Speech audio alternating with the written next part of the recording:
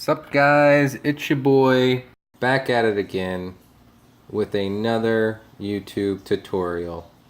Even though this is technically my first YouTube tutorial. Today I'm going to be doing a Photoshop tutorial. Tutorial.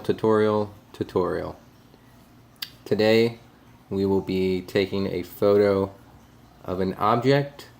We will be converting it to black and white, and we will be making a mask to heighten that black and white effect as to isolate our object in the frame.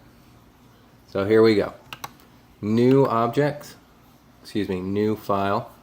I have mine set as a 7x7 square. That's in inches. I have a 300 pixel per inch resolution. Probably don't have to be this high, but that's just where I normally work at. So here is my new workspace, and what I'm going to do is drag a photo from the folder directly into my workspace. You see that it comes in with this bounding box and a cross between it. That means it's an object that has to be placed. If you press enter, then it will be placed. Just a side note about my photos, I'm trying to use isometric photos, which means that you're showing 3 sides of a cube when looking at it. So trying to get those more dramatic angles in the photo makes it a little bit easier to produce an interesting image in the end.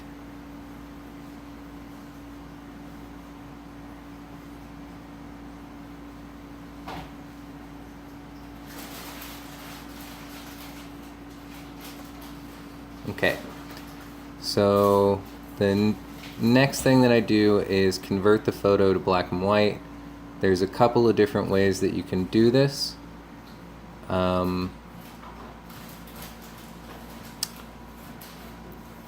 Usually what I would do is image adjustment desaturate, but because this is a smart object you can't use the desaturate, but you can go to hue saturation and drain the color out of it like that. However, we aren't going to do it that way because the latest version of Photoshop has these cool adjustment tabs over here. So this is the adjustment tab. If you don't see the adjustment tab, you can turn it on and off through the Windows tab right there. So we're going to go to the adjustment tab and we're going to choose the black and white adjustment, and that creates a new layer with a mask that turns the layer underneath it black and white.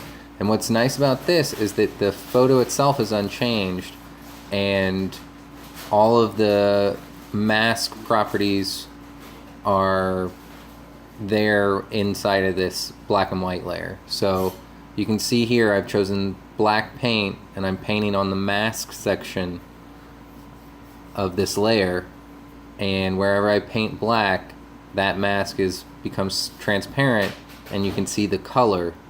So if I get white and go over top of it, it goes back to being that black and white.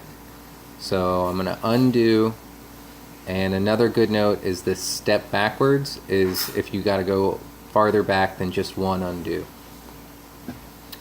So now I have my black and white layer with its mask, and I leave the mask fully on top of it. And now I'm going to do a new layer that I'm going to fill black. And there's a couple of different ways you can do a fill layer, which is sort of a special type of layer that has some special properties to it.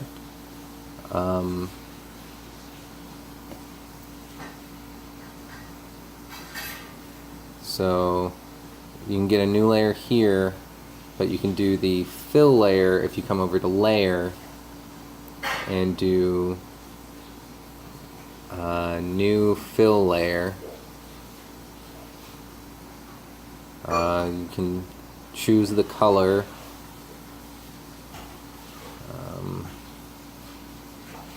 So if you can choose the color there, but you can also have all of this. So I wanted a black layer, all zeros to be black. But like I said, the fill layers have some special properties that are kind of annoying, so I'm not going to use that. I'm just going to make a regular new layer and fill it using black paint and the paint bucket tool. If you don't see the paint bucket tool, it's because it's underneath the gradient tool. So you just hold that little arrow and there's your paint bucket. So I'm on my new layer, I filled that with paint, and now I'm going to make a new layer mask because I want to make part of this layer see-through so that you can see the model, but I want to leave all of the background covered up so that it's, you know, a much darker, more pure black, and the model seems to be just floating in space. So there's two ways to add a new layer mask, either fully revealed or fully hide. I prefer to go in with the reveal all and change it with the paint, but it does that's not a big deal. So I take my black layer and I turn the opacity down so that I can see the layer underneath it. I choose the paint brush tool. You know, I'm choosing a brush size that's going to be roughly the same as what I'm going to be trying to brush over top of. I'm going to choose black paint, and you just paint over top of the pieces that you want to be revealed as their true colors without this black layer on top of it. So you can use the paintbrush with a soft edge and just, you know, go through and do these, you know, just slowly using the paintbrush tool to paint over top of it. And it works pretty well. And this is primarily how I did my last set of models. You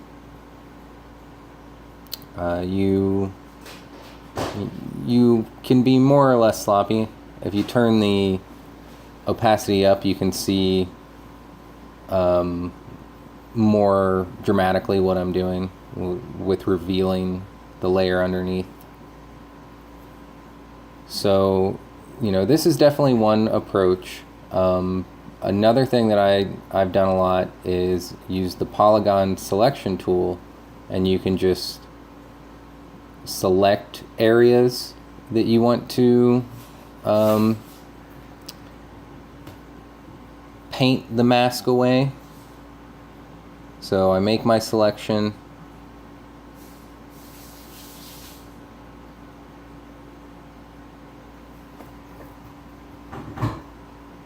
and then I get the brush and paint the black inside of the selection area, and it works pretty well. And you know, sometimes that can be much faster than just doing everything with the brush by itself, you know, just blocking off, especially with these things that have all these straight edges on them. However, you wind up with a distinctly different look. So if we zoom in here, you can see the one that I did with the soft edge paintbrush has sort of a gradient, a ghostly hue around it, whereas the part that I did with the selection tool has those very sharp lines, very, very sharp. So, you know, basically I would just go through the model and paint all of those over top of it. But being Photoshop, there's always more than one way to skin a horse. So without even using a mask, we can get to a very similar image. Sometimes this way will be better, sometimes making the mask will be better. So what I do here is I'm going to adjust the curve. So this is the curve, and the top right corner is a pure white, the top or the bottom left corner is pure black, and you can grab anywhere along the curve and it represents, you know, whatever closer color it is too. And then if you change the curve, if you pull it down like I just pulled down there, it drops out the mid-tones and makes the whites whiter and the the black's blacker. So this is the adjustment curve, and I'm using that instead of the other curve because this will create a adjustment curve layer, which is really great. So you can see here that just with this curve, I'm almost able to get to that end image that we're going for, with the background almost a uniform color and the model containing the full range of white to black. So I'm going to just heighten it a little bit more. I'm going to use the brightness contrast settings. Just pump the contrast up a little bit and pump the brightness up just a little bit as well.